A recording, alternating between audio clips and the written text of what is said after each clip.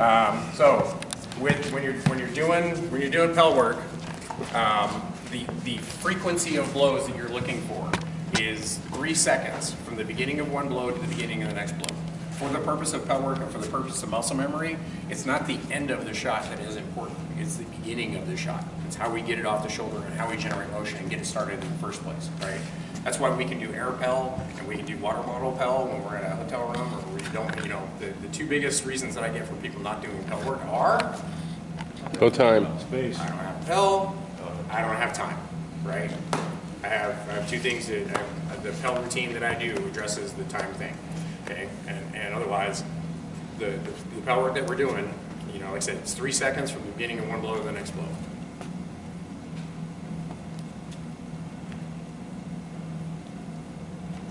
Right? It is infinitely more important to throw the shots correctly than it is to throw them fast.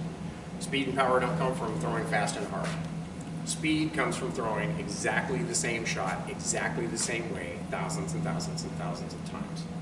Practice doesn't make perfect, perfect practice makes perfect, and practice makes permanent, right? Muscle memory, thousands and thousands of times, but you have to be doing it exactly the same way every single time, okay? By taking that 3 seconds from the beginning of one to the beginning of the next, okay? Later we'll talk about, well, Tristan already covered that squeeze that you get down at the end of it. There's the flat snap is 2 parts. It is flat and it is snap, okay? The end of the blow, as I get it, if I was to hold my hand down my back like this, notice my hand is open right here, right? Watch what happens when I close my hand. See that? I'm not pulling the sword out. All I'm doing is just closing my hand. Okay? When you have that relaxed hand right at the beginning of it, I'm basically starting the shots with these 3 fingers. Okay? As I get to the end of it and I close my hand, what I get is force equals mass times acceleration. Right? Take a 2-pound object traveling at a conservative estimate of 60 miles an hour. That is going to deliver a certain amount of energy on the end of that, right?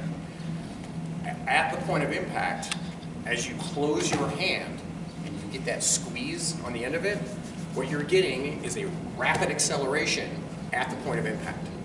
That's the snap. That's the difference between push and punch, okay? What Tristan was talking about as you're sinking down into it, there's a lot more push to that, okay? By squeezing down and getting that rapid acceleration, you're getting punch, you're getting that concussive power, and I don't mean giving somebody a concussion, but it's more, it's explosive. It's that concussive power as opposed to the push. It's like, yeah, I can stand right here and push it back right there, right? But you see, the pel doesn't move nearly as much as it moves when I do this. But the amount of force that you get, that punch that you get on the end of it, that's what people feel. That thing where you see somebody's head rock to the side, that's push. That's not punch, right? So there's a lot of times you say, I can't believe he didn't take that. It knocked his head over the side. It's like all that motion takes all that energy out there. I hit that one on Garrett yesterday where it just lined up and I just, laid on, but his whole head ends up going like this, and it's like I made plenty of contact with that, but because he was moving his head out of the way, you're not going to feel that. It's not the same kind of punch. There's a difference between a punch and a push.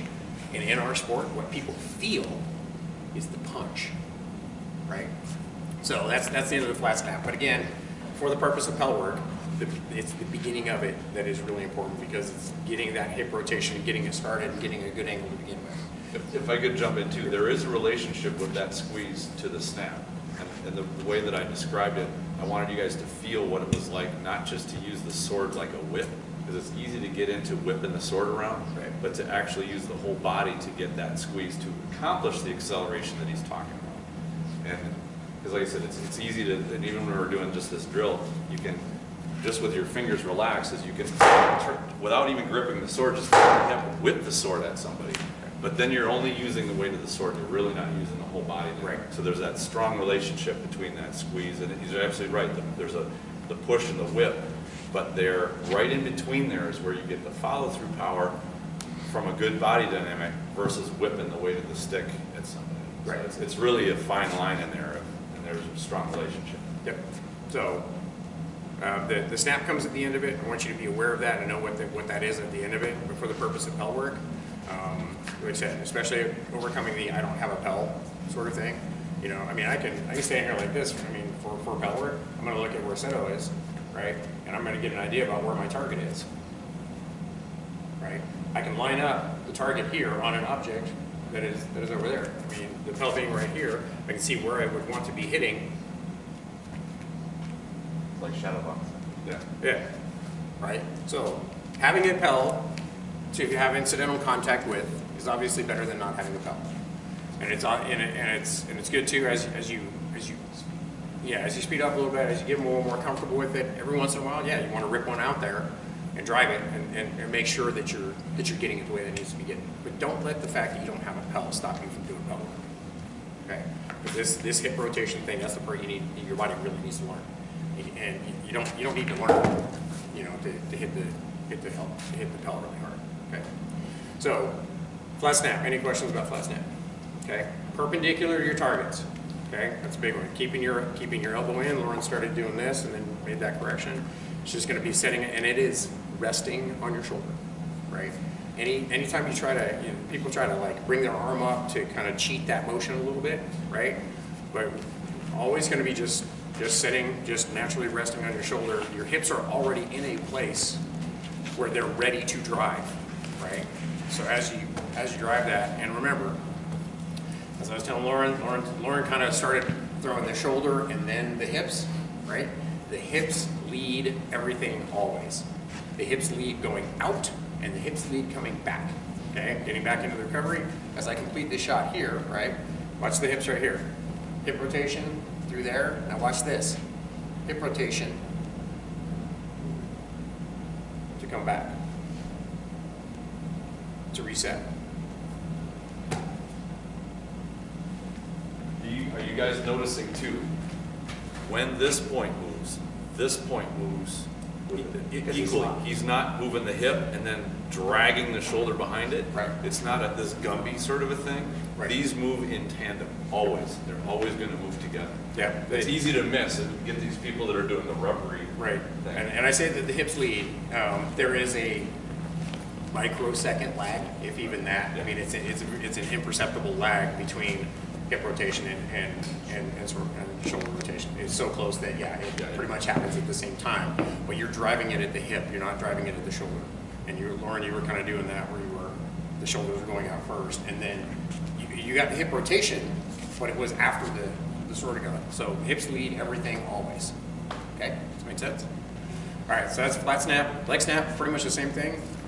The difference being, like I said, from here to the point where your blade is parallel to your chest, everything is pretty much the same, and then you're just driving it down. One thing I also forgot to mention about the angles and where you want your stick to be lined up. If I'm gonna stand here so you guys can maybe see this a little bit better. Just gotta find a good place to be. So if I strike at the target and I put my hand in line with their face, right? By doing that, I am hitting at the target. Okay. What we're going to do is you're actually going to have this. So your hand will cross the plane of your center lines, your opponent's center line. Okay. Ideally, if I'm looking at an opponent that's 6 foot tall, I'm going to be able to look under my blade with my hand on this side of my face. I will be able to look under the blade and see his eyes. Okay. Lauren will be able to see a whole lot more. Right. Yeah, you'll be able to see his face looking right under your blade right there. Okay. And by crossing the plane of the face, now you are further driving through that target instead of hitting at that target. Make sense? Mm-hmm. That'll come into play here in a second with the offset head. So one of the things to keep in mind about the leg snap is, just in baseball players, right? You don't want to drop your shoulder, right? If you drop your shoulder, what happens? You end up shooting up, right? They tell you to keep your shoulders square, right? And golf too, you know? You're playing golf, you have right hand through here, you drop your hands, you don't drop your shoulders, right? Same thing with this. You don't want to lean over, do this, right? Start with that hip rotation. Once you get here, it's your hand going down, not your shoulders going down. So your shoulders are still going to be square across the top here. So and the same thing, you're going to be driving to the others. You're going to be driving your hand across their center line. So as you hit that, you're going to be targeting flat step. You're looking at, like I said, you're targeting the temple of somebody who is 6 foot tall. 6 foot tall, about 190 pounds. That is our average fighter body type. Average, not you two chuckleheads. That's average, right? Not Edmund. You know, average is 6 foot tall, about a little under 200 pounds, right? So you want to be. That's what you want to be targeting. Okay. So what I'm teaching is we learn textbook baseline flat snap on the pellet, right? I'm not a big believer in you put these tape marks on here 3 inches apart for 3 different flat snaps. I don't buy into that really. Okay. I'm going to teach you baseline flat snap. And once you understand what that baseline mechanic is, well, if you got a taller opponent, you lift it up some. If you got a shorter opponent, you drop it down some. Those variations you learn against in live combat. Okay. But if your body understands how to throw the basic shot here, then later you put your body in a position to get better access to those targets. Make sense? So leg snap is just same thing, coming right off the shoulder, hip rotation, drive it down through there. Okay, so let's have you guys line up on just 10 each on the leg snap.